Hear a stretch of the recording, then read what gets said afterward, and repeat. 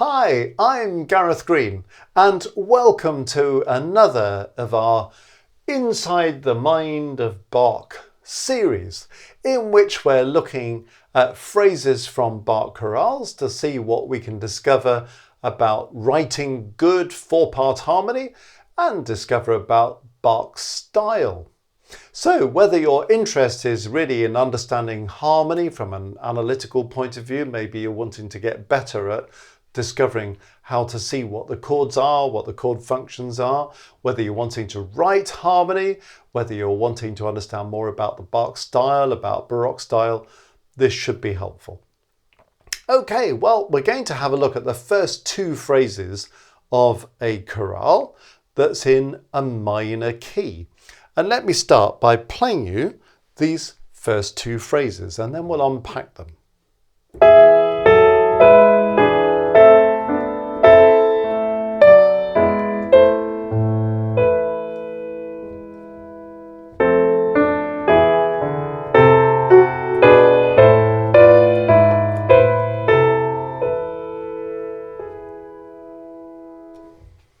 Okay, so the first thing to notice about this chorale is that we've got two phrases.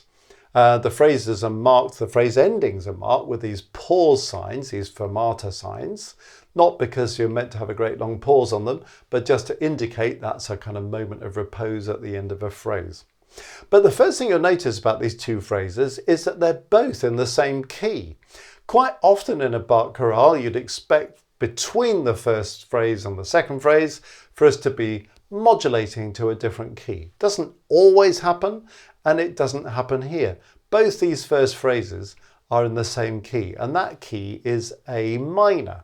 So how can we be sure that we're in A minor? Well, we've got a key signature with no sharps, no flats, but as soon as we look at the music, we can see G sharps all over the place, and we can also see F sharps making an appearance from time to time. So what's the G sharp about? The G sharp's the raised seventh, the raised leading note that we expect to find in a harmonic minor scale or in a rising melodic minor scale. The F sharps are raised 6 degrees, which we expect to find in an ascending melodic minor scale. So it's worth thinking in terms of we're using harmonic minor to write harmony. We're using melodic minor to write melody. And sometimes there's a little bit of a conflict of interest. You know, you can't have G sharp in one part sounding with a G natural in another part simultaneously. So there has to be a little bit of give and take. But one thing you're trying to do when you're writing in a minor key is avoid having augmented seconds between the 6th and the 7th degree. So in the scale of A minor, if you've got the harmonic minor scale, A, B, C, D, E, F, G sharp, A. So you see at the top, you've got this awkward interval, that augmented second. The melodic minor irons it out. Raise 6, raise 7, come down without raising 6 or 7. So we have to kind of make a judgment between harmonic minor, essentially for doing our chord work, and melodic minor, particularly when we've got melodic movement inside any of the parts between the 6th and the 7th degrees of the scale. That's where we've got to think carefully. Now, why am I talking about this straight away? Well, because it happens straight away in the bass part. You'll notice the first 3 notes of the bass are going E, F sharp, G sharp. So why has Bach used an F sharp there? Well, he doesn't want to use F natural because he's going to have the problem we just talked about. E, F, G sharp, you've immediately got this augmented second. So that's why he's using the F sharp to remove that. He's using the ascending melodic minor. Okay, interesting challenge for Bach in this chorale because the first 4 notes are all the same. So if you were being asked to harmonise this, you might be thinking, oh my goodness, what am I going to do with those 4 E's? We're in the key of A minor, so you would naturally think I better start on chord 1 in A minor.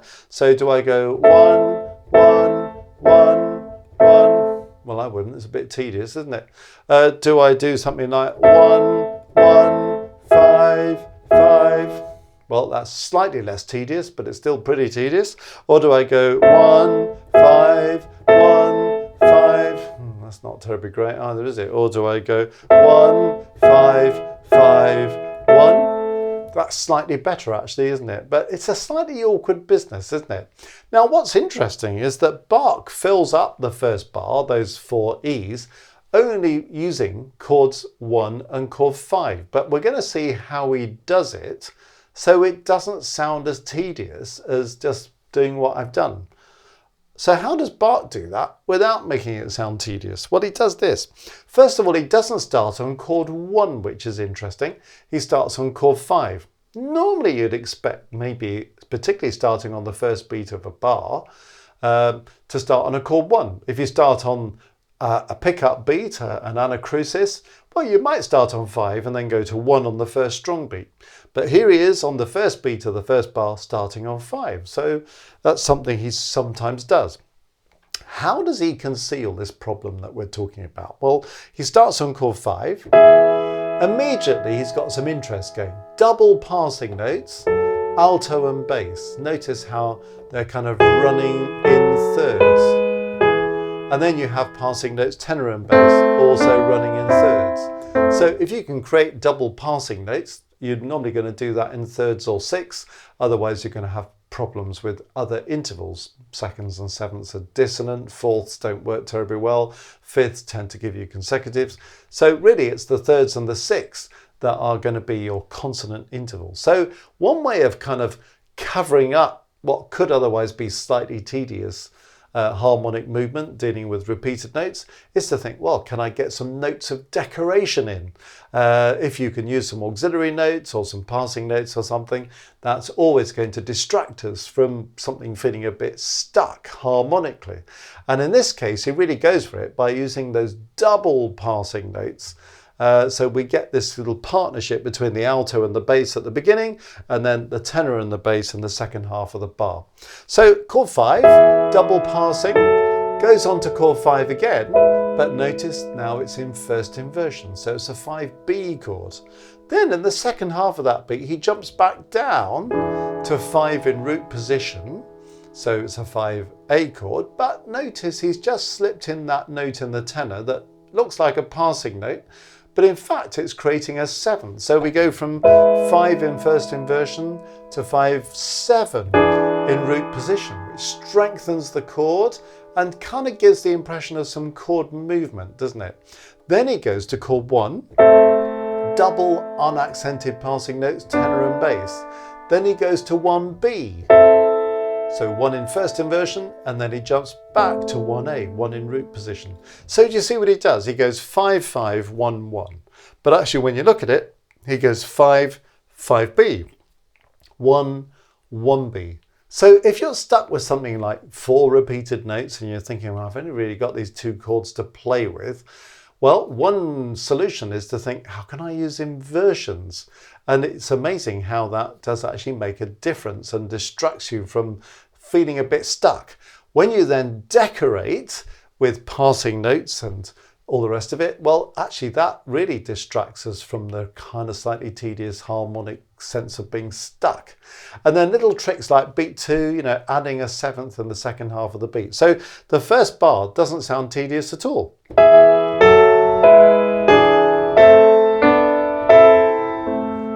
There's a lot of part movement that makes it engaging. Okay, let's move on into the second bar. Interesting start, because you look at this chord and you think, what on earth is this really? It looks like a 5-7 in first inversion in the key of G or something. Well, it's not really that. The F sharp in the bass is rising melodic minor again. Why is he doing F sharp there? Why not F natural? It's followed by a G sharp. So we've got that same thing we had in the first bar. We've got to be careful to avoid the augmented second. So he uses that raised 6th, then moves on, and we actually have a change of chord because this is now a 5-7 in first inversion. Then we have a chord 1, but notice that B in the tenor is still sounding. So he's turned that B into a suspension. The B is prepared there. It sounds here, that B, even though it's sustained, it's sounding, then it resolves. So you see the B is prepared as part of that 5-7 chord. It's sounded as a dissonance with that A minor root position chord, and then it resolves downwards by step. So it behaves as a suspension should do, and it's a 9/8 suspension above the bass. Then, having had that one suspension, he says, well, I'll tell you what, let's have another one. And right on the cadence, we have another suspension in the tenor. This time it's going 4/3 over the bass. Does Bach always have suspensions on cadence chords? Quite often not, actually. Quite often a cadence chord is fairly straightforward without decoration, but sometimes there is some decoration. So there's a 4/3 suspension in the tenor. And what's interesting about this is that the resolution of that 9/8 suspension becomes the preparation for the 4/3 suspension. So sometimes you can have a suspension, two suspensions back to back. The resolution of the first one is also the preparation for the second one. That's what he's doing there. So rather nice little example of two suspensions back to back.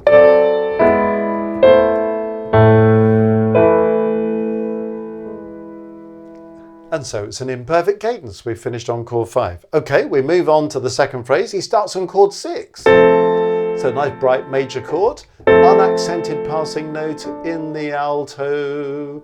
It's also interesting because it's an unaccented passing note, but it also sort of changes the chord. It sort of feels like a 4 in first inversion.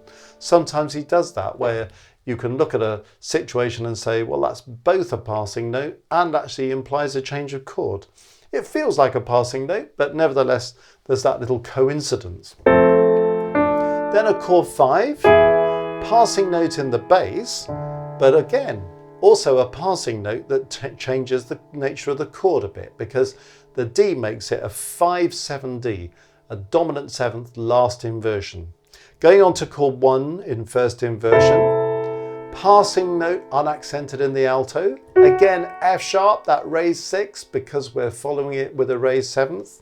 Then you see this chord is a 7B going on to a 1. So we know we've got this thing, this device called the passing 6/4, where we go 1B, 5C, 1, but we can use 7B instead of the 5C. So 1B, 7B, 1. So you see what's going on there. Then a rather nice touch at the beginning of the next bar, tying that bass. Well, this is a lovely chord, isn't it? Because this is a 2/7 chord. So it's B, D, F, A in its last inversion. So 2/7D, wonderful, powerful chord across that bar line. Then the bottom two parts move to change the harmony. So it's now a dominant 7th in its first inversion. Wonderful move that. The B in the alto is used as a preparation for a suspension. On beat 2, that B is still sounding. We've got a chord 1 now, but a 9/8 suspension there. If you were figuring this in figured bass, you would figure it 9/6. Why would you do that? Because the bass has moved. So whenever a bass kind of starts in root position, hops up to the first inversion, when you figure it, the 9/8 becomes a 9/6. So that's always an indication that the bass has moved up to first inversion. But that's a 9/8 suspension effectively. And again, the resolution of that becomes the preparation for the next one, where we have a 4/3. So do you see what he's doing here? He's got 9/8 and then 4/3 in the alto part, which is exactly what he did in the tenor part at the end of the first phrase, because you notice that bar 2 and bar 4 have got the same notes in the melody. So he's found two different solutions to the detail of how he's harmonized that, but part of that solution is just simply to move the tenor part into the alto part and then use a different chord at the beginning of the bar, and just slightly reorganize the use of inversion and so on. So it's quite clever how he reruns that with enough variation so it doesn't just sound like we just repeated a bar we used before. So that's what's going on in the first two phrases of this chorale. Let's have a listen to the two phrases.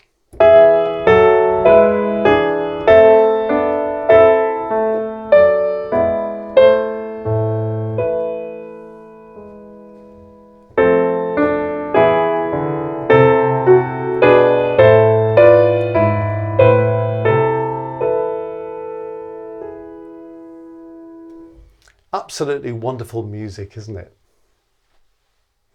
And if you're interested in going a bit deeper with this and finding out a little bit more about harmonizing and working in the Bach Chorale style, have a look at the Music Matters website, where you'll find that we have a course on the very subject. So if you want to really get into it, well, there's a course that would help you dig in a bit deeper.